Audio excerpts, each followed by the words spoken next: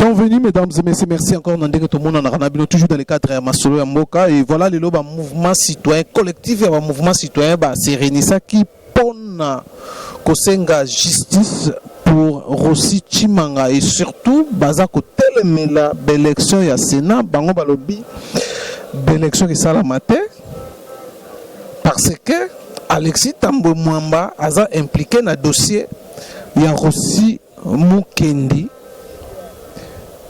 En tout cas, mesdames et messieurs, je vous laisse suivre déclaration à un mouvement citoyen ndenge balobi ndenge baza ko telemela la même élection au Sénat. Et puis on se retrouve juste après. Suivez. Défenseurs des droits humains, activistes engagés dans la lutte contre l'impunité, exigeant la justice pour Rossi Chimanga, déclarant ce qui suit.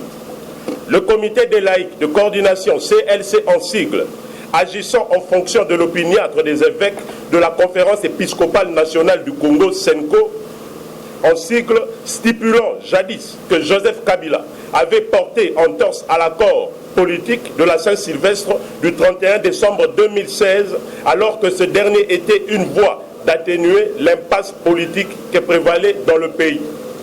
Cependant, la non-application manifeste de l'accord de la Saint-Sylvestre, le CLC avait initié plusieurs marches pacifiques et non violentes dans toutes les provinces de la République à travers les différentes paroisses qui sont comprises dans les différentes archidiocèses pour réclamer la mise en œuvre effective et intégrale de l'accord sus évoqué.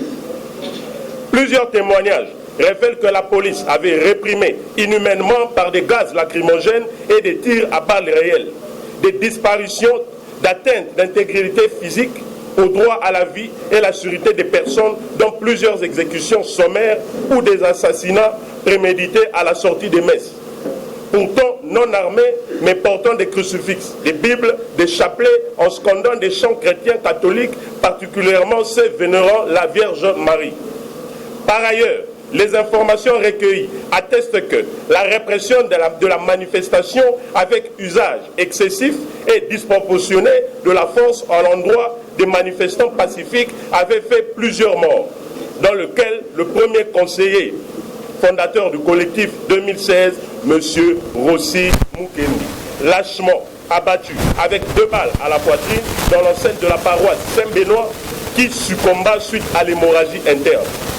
Selon les témoignages recueillis sous anonymat, le major Karine Lokeso, commandant du bataillon escadron mobile du Moamba, serait elle-même auteur de l'assassinat.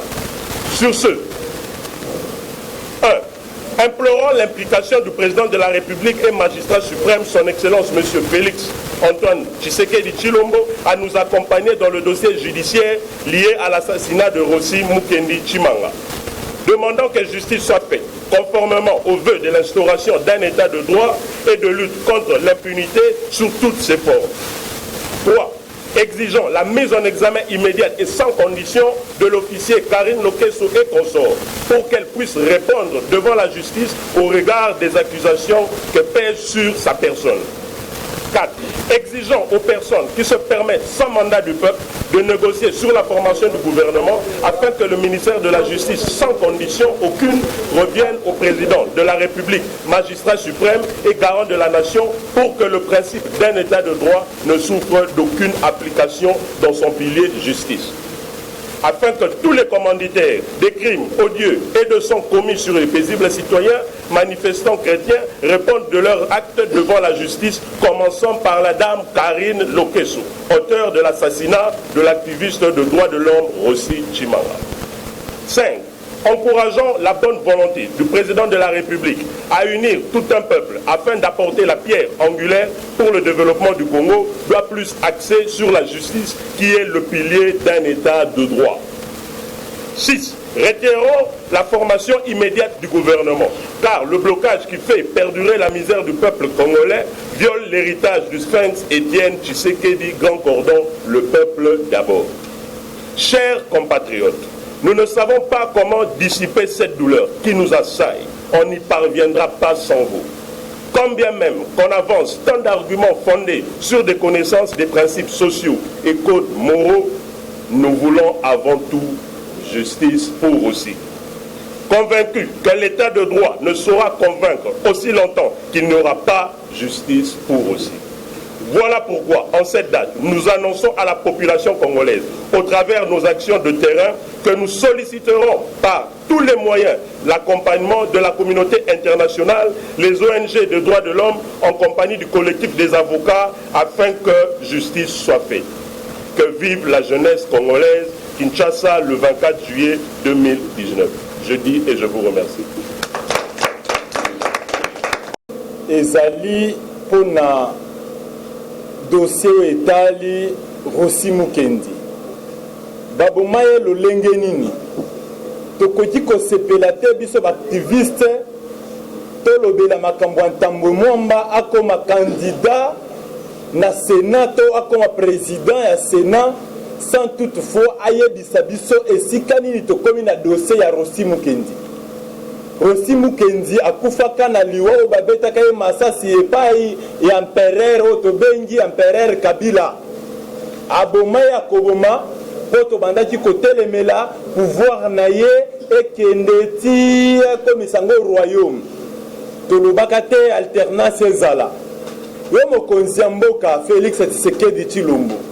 Tokobenga komi régime ya Tshisekedi lolenge nini soki justice eza kosalema te na mboka na yo soki toza koyeba te lolenge nini dossier ya Rossi Mukendi ekomi bato bamomaka Rossi Mukendi tokomonaka Karine Mubomi akosalaka musala na ye à l'aise akomenasaka lisusu baactiviste mususu alobi akoboma bakosala na ye eloko te.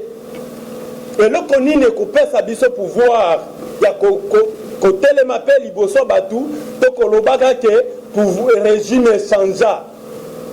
Message tozana ngo lelo ezali ya tolingi justice ya Rossi Mukendi esalema yo président de la République toko sengaka yo pe tobundaka na yo lolenge moko ensemble tozalaka na ba marche nyonso oyo ndeko Rossi Mukendi babomaka ye pa Kabila koboma tokosengaka boye tolingi justice ezala bato babomaka Rossi basamba bazala bakangami mokolo wana nde tokosepelaka ke alternance seulement na mboka tokolancer message na peuple congolais nyonso mokolo ya dimanche oyo babongisi ya élection il y a un président à Sénat.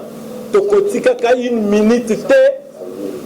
Le samedi, tokotika ka 1 minute te. Ndeko Tambo Mwamba aleka azala élu to a participé à la élection wana ce qui to yebi évolution à dossier ya Rossi Mukendi te. Biso nyonso bilenge nyonso ba mouvement citoyen ce qui to sangani lelo ezali pona justice ya Rossi et Salema. Ce qui tozoloba état de droit. Tokoki koloba état de droit te. Lelo ce qui totali passé te. C'est le passé qui définit le présent. Bandeko baloba français. C'est le présent qui définit le futur. Le lengani tokoloba présent sans toutefois total à passer.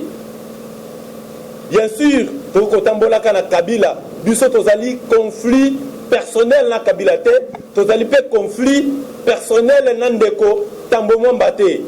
Bien que Akimaka Mouze pour rejoindre, pour créer rébellion contre la RDC.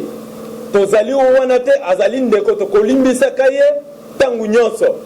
Na condition ayebisa biso évolution à dossier Rossi Mukendi et comme niveau nini. Yango message tozalaki nango lelo pona kolakisa bino que samedi élection et kozalate le kola ndeko Gentini Ngubila menace ezali ebele azo violer constitution azo loba na biso il faut informer 8 jours avant en tant que constitution zoloba il faut informer 2 jours avant 48 heures avant c'est 2 jours pona ye amoni le kola yumbi kuna akoya koboma ndenga salaka ba crime ebele la yumbi azoya nango awa la Kinshasa pona ko intimider biso lokola ba pesiye na récompense esika azali wana to sepelaka na yete mais lelo azo menacer ba activiste mais to kola kisa yete Kishasa ezali yumbite. Samedi élection atinda basoda na ye Kabila tindaka police FARDC moura batuna yenyo suka suka lelo azali lisusu mokonzi ya mboka te.